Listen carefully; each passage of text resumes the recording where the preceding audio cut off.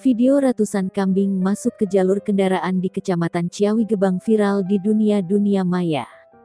Pasalnya, gerombolan kambing itu menghalangi dan membuat terhenti tiba-tiba kendaraan dinas pemadam kebakaran yang melaju ke titik lokasi kebakaran di Kecamatan Ciawi Gebang, Kuningan, Jawa Barat.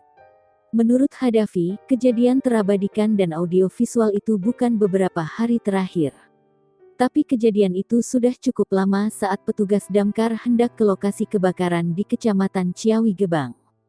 Kejadian semacam itu, kata Hadafi, itu sebenarnya bukan kali pertama menimpa pada petugas saat hendak ke lokasi kebakaran.